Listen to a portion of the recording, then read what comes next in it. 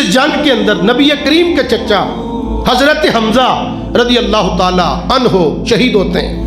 ان کی شہادت کا واقعہ بھی بڑا دردناک ہے۔ ایک واشی نامی حبشی غلام تھا جو کہ غلام تھا جبیر بن مطعم کا، اور جبیر بن مطعم کا چچا تھا تو ایما کو جنگ بدر میں حضرت حمزہ نے واصل نار کیا تھا۔ جبیر نے اپنے غلام وحشی سے کہا کہ اگر تم اس جنگ میں میرے چچا کے قاتل حمزہ کو شہید کر دو گے تو میں تمہیں آزاد کر دوں۔ وحشی کہتا ہے کہ میرا ٹارگٹ صرف حمزہ تھے اور میرا کوئی مقصد نہ تھا جنگ میں آنے کا۔ میں ایک سائڈ پہ لگ کے بیٹھ گیا اور میں دیکھ رہا ہوں کہ حضور کے چچا حضرت حمزہ رضی اللہ تعالیٰ عنہ بڑی دلیری کے ساتھ لڑ رہے ہیں، اور جس طرح کہ اونٹ مست جائے تو وہ کسی کو نہیں چھوڑتا، اس طرح حضور کے چچا تلوار لیے میدان جنگ میں چل رہے تھے۔ جو بھی سامنے آتا اس کو تہ تہ کر دیتے۔ لڑتے لڑتے آپ نے کئی کافروں کو واصل نار کیا۔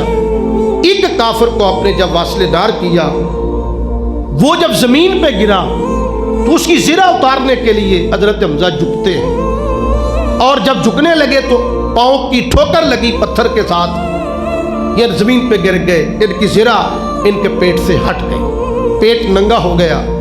وحشی کہتا ہے کہ میرا نشانہ بڑا پکا تھا، میں نے زور سے نیزہ مارا اور وہ نیزہ حضرت حمزہ کے پیٹ میں پیوست ہو گیا اور پیچھے سے کمر کی طرف نکل گیا۔ حضرت حمزہ نیچے گر گیا۔ میں آگے بڑھا، میں نے آگے بڑھ کے ایک وار اور کیا۔ حضرت حمزہ نے کوشش کی کہ میں جوابی وار کروں، لیکن زخم گہرا تھا، آپ اٹھ نہ سکے۔ کہتا میرے اندر جرت نہ تھی کہ میں ان کی غضبناک نگاہوں کا مقابلہ کروں۔ کہتا میں پیچھے ہٹ گیا۔ تھوڑی دیر کے بعد آیا تو میں نے دیکھا کہ ان کی روح کب سے انسری سے پرواز کر چکی۔ ان کا کلیجہ نکالا، کلیجہ نکال کے جا کے ہند کو میں نے پیش کیا۔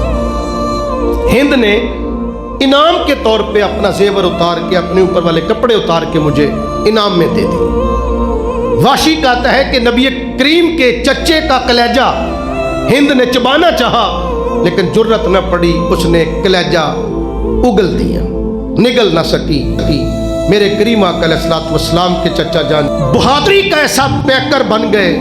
میرے آقا علیہ الصلوۃ والسلام فرماتے ہیں میرا چچا 7 آسمانوں پہ مشہور ہو چکا ہے کہ حمزہ اللہ کا بھی شیر ہے، رسول اللہ کا بھی شیر۔